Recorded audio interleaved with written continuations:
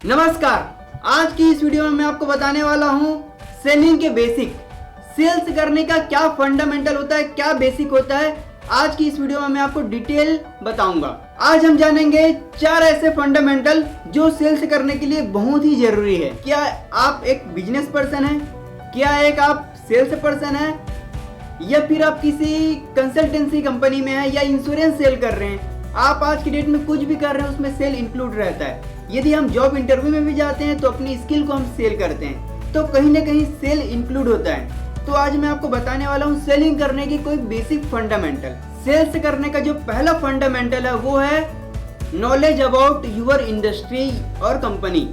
आप यदि सेल्स में उतरना चाहते हैं तो सबसे पहले आपको ये जानना चाहिए कि आप किस इंडस्ट्री से हैं। उस इंडस्ट्री के बारे में भरपूर आपके पास जानकारी होनी चाहिए।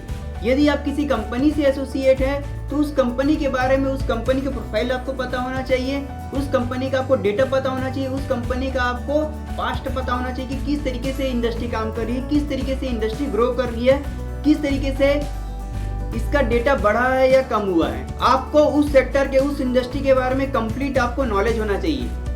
मैं बोलता हूं कि कम से कम एटलीस्ट किसी भी कंपनी या इंडस्ट्री के बारे में आपको 10 से 15 पॉइंट आपको डिटेल में क्लियर होना चाहिए, जिससे कि आप कोई कस्टमर को बता सके। सेल्स करने का जो दूसरा फंडामेंटल फैक्टर है वो है नॉलेज अबाउट यूर प्रोडक्ट और सर्विस। यदि मुझे अपने प्रोडक्ट के बारे में पता ही नहीं रहेगा तो मैं कस्टमर को क्या बताऊंगा। तो सबसे पहले तो आपको प्रोडक्ट के बारे में जानना सबसे ज़्यादा जरूरी है कि प्रोडक्ट के क्या आउटकम है, उसके क्या रिजल्ट है। यदि मुझे पता ही नहीं रहेगा कि मेरे प्रोडक्ट की क्या बात है या प्रोडक्ट की क्या कंटेंट है, तो मैं सामने वाले को क्या बताऊंगा, सामने वाले कस्टमर को क्या मैं बताने के लिए मेरे पास क्या रहेगा। तो आपको प्रोडक्ट के नॉलेज सबसे ज़्यादा जरूरी है। सेल्स करने का जो तीसरा जो फैक्टर है वो है बेनिफिट एंड फीचर। आपके प्रोडक्ट का बेनिफिट और फीचर आपको पता होना चाहिए। अब जो आम इंसान है वो फीचर और बेनिफिट दोनों को एक समान मानता है, लेकिन जो हाई लेवल का सेल्स पर्सन है उसको पता होता है कि बेनिफिट क्या होता है और फीचर क्या होता है। एक एग्जांपल लेते हैं। ये पेन है, ये बहुत ही स्मूथ चलता है, इसकी प्लास्टिक बॉडी है, ये इसका फीचर हो गया। पर अब मैं समझाता हूँ बेनिफिट क्या होता है। अब इसको लिखते समय मेरा हाथ दर्द नहीं देता, ये मेरा बेनिफिट हो गया। और इससे लिखने से मेरी हैंड राइटिंग और अच्छी बनती है, मेरी जो स्पीड है वो बढ़ जाती है, ये मेरा बेनिफिट हो गया। तो सामने वाले कस्टमर को आपको फीचर और बेनिफिट अलग अलग तरीके से समझाना है। फीचर का मतलब होता है कि इसकी कैरेक्टर क्या है, इसके बारे में क्या क्या चीज़ है जो उसको इन्फॉर्मेशन दे सकते हैं। और बेनिफिट कि ये प्रोडक्ट को लेने से सामने वाले का क्या बेनिफिट होने वाला है, कस्टमर का क्या बेनिफिट होने वाला है आपके प्रोडक्ट को लेने के बाद। सेल्स करने का जो चौथा फंडामेंटल फैक्टर है वो है knowledge about your competitor and market place. आप सेल्स करने जाएंगे तो आपको अपने कॉम्पिटिटर के बारे में और मार्केट प्लेस के बारे में जानना बहुत ज़्यादा क्रिटिकल हो जाता है, क्योंकि मार्केट प्लेस और कॉम्पिटिटर के बिहेवियर को ही देखकर हम सेल कर सकते हैं। हम यदि कहीं माल बेचने गए हैं तो हम ये देख सकते हैं कि वहाँ पे हमारा कॉम्पिटिटर कौन है और जो कॉम्पिटिटर है वो किस तरीके से माल को बेच रहा है, किस तरीके का प्रोडक्ट को वहाँ पे सेल कर रहा है। यदि मुझे पता ही नहीं रहेगा कि मेरा कॉम्पिटिटर कौन सा वहाँ पे प्रोडक्ट को सेल कर रहा है, तो मैं अपने प्रोडक्ट का कैसे वैल्यू एडिशन कर पाऊंगा, कैसे उस प्रोडक्ट से, मेरे कॉम्पिटिटर के प्रोडक्ट से अपने प्रोडक्ट को बेस्ट बता पाऊंगा। मैं अपनी ही बात बताता हूँ। आज से लगभग 1 महीना पहले मुझे कार खरीदनी थी। मेरा कार का वही बजट था 11 से 14 लाख के आसपास का। अब हुआ ये कि मुझे XUV 300 बहुत पसंद है, तो मैंने सोचा कि महिंद्रा XUV 300 के शोरूम में विजिट किया जाए। अब मैंने वहाँ गया, महिंद्रा XUV 300 के बारे में पूरा डिटेल नॉलेज लेकर आया, जो था सेकंड टॉप मॉडल का, मुझे पसंद आ गया। अब मैं घर आया तो मेरा एक जो फ्रेंड है वो बोलता है कि यार जो महिंद्रा XUV 300 है उसी के समान सेम फीचर लगभग जो फोर्ड इको स्पोर्ट है उसमें भी लगभग सेम फीचर है, और जो इको स्पोर्ट है थोड़ा बजट में थोड़ा सा कम पड़ेगा तुझे, तो एक बार वहाँ भी जाके देख ले फोर्ड के शोरूम में। मैं क्या किया, फोर्ड के शोरूम में फिर गया, विजिट किया, फोर्ड के शोरूम में गया। और फोर्ड के शोरूम में गया जब, तो जो वहाँ की जो सेल्स पर्सन थे वो मुझे पूछे कि सर आप कभी और कोई शोरूम में विजिट किए थे क्या, कोई दूसरी कार देखने के लिए। तो मैंने बताया कि हाँ भाई, मैंने महिंद्रा XUV 300 को देखने के लिए गया था।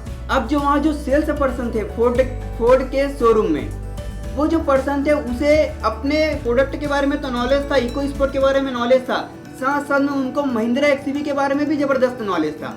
तो मुझे क्लियर करते गए कि किस मामले में जो महिंद्रा एक्सयूवी नीचे है और इको स्पोर्ट बहुत अच्छा है। और मुझे बता रहे थे कि जो सर आपका बजट है उसमें एक्सयूवी का सेकंड टॉप मॉडल आएगा और मैं आपको इको स्पोर्ट का टॉप मॉडल दूंगा, इसमें सनरूफ आएगा, इसमें सनरूफ नहीं आएगा। तो मुझे बहुत सारा ऐसा क्वालिटी देते गए। तो मुझे वहाँ से समझ में आया कि अपन को सेल्स करने के लिए अपने कॉम्पिटिटर का ज्ञान होना भी सबसे ज़्यादा जरूरी हो जाता है, क्योंकि उसी के बिहाफ पर अपने प्रोडक्ट का हम वैल्यू को एडिशन करते जाते हैं। यदि आपको इन 4 फंडामेंटल के बारे में अच्छे से नॉलेज हो गया है, उसके बाद आप नेक्स्ट स्टेप जो कर सकते हैं, जो एक सेल्स पर्सन में होना बहुत ज़रूरी है, वो है पहला जो है वो ability to empathize with your customer. मतलब अपने कस्टमर को आपको फील कराने की क्षमता होनी चाहिए। आप किसी भी को सामान को जल्दी से बेच नहीं पाएंगे जब तक कि आप उसको कनेक्ट नहीं करेंगे किसी भी प्रोडक्ट के साथ। तो उन्हें प्रोडक्ट से फील कराओ, प्रोडक्ट का जो है उससे कनेक्शन कराओ, जिससे कि आपका सामान सेल होगा। इसके साथ साथ आप में ability to discover your customer pain area. आपको कस्टमर के पेन एरिया के बारे में जानना चाहिए। आप यदि जब भी सेल करने जाते हैं तब आप कस्टमर के पेन एरिया को देखिए कि उसका पेन एरिया क्या है, उससे क्वेश्चन कीजिए जिससे कि उसका पेन एरिया पता चलेगा, जिससे कि आप उससे प्रोडक्ट को कनेक्ट करा पाएंगे।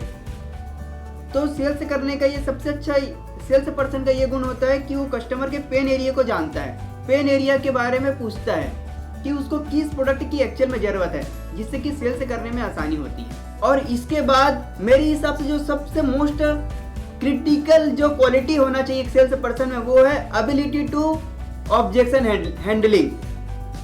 एक सेल्स पर्सन के पास ऑब्जेक्शन हैंडलिंग का गुण होना चाहिए।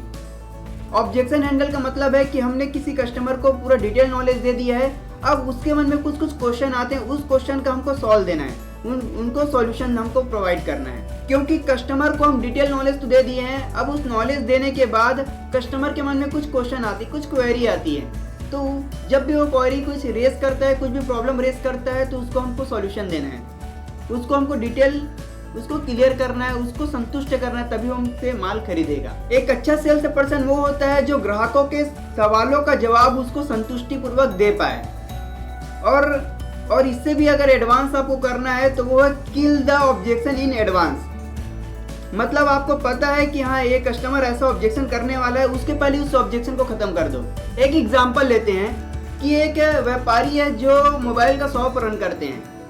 अब उनको पता है कि आज की डेट में लोग सबसे ज़्यादा आज मोबाइल ई कॉमर्स साइट से, वेबसाइट से खरीद लेते हैं। अब उनके दुकान में कोई कस्टमर आता है, अब वो कस्टमर किसी मोबाइल के लिए पूछताछ करता है, इंक्वायरी करता है। अब उस व्यापारी को पता है कि वो जो मेरा कस्टमर है वो मुझे बोलने वाला है कि इस ई कॉमर्स साइट में यार 20 से 30% डिस्काउंट मिल रहा है, आप मुझे डिस्काउंट नहीं दे रहे हैं। उसके पहले ही वो उस ऑब्जेक्शन का किल कर दे, व्यापारी जो है उस ऑब्जेक्शन का किल कर दे। कैसे? वो व्यापारी अपने कस्टमर को बोल सकता है कि यार आज के डेट में प्रॉब्लम ये है कि लोग ई कॉमर्स में मोबाइल परचेस कर लेते हैं, पर कई बार उनको वारंटी नहीं मिल पाता, कई बार उनको गारंटी नहीं मिल पाता, या फिर हो सकता है कि अगर उनको डिस्काउंट तो मिल जाता है पर माल जब पहुंचता है उनके पास तो माल जो है डैमेज होता है, तब वो रिटर्न करने का लफड़ा आता है। ऐसे इस तरीके से ऑब्जेक्शन को किल कर सकता है। अब ये सवाल ही पैदा नहीं होता कि जो वो सामने वाला जो पर्सन है वो बोले कि नहीं मुझे ई कॉमर्स से माल खरीदना है या वहाँ डिस्काउंट मिलता है, क्योंकि जो व्यापारी था उसके पहले ही उसको क्लियर कर डाला, जो उसका ऑब्जेक्शन है उसको ख़त्म कर डाला। तो ऑब्जेक्शन हैंडल करने का सबसे बेहतरीन जो तरीका होता है वो होता है kill the objection in advance.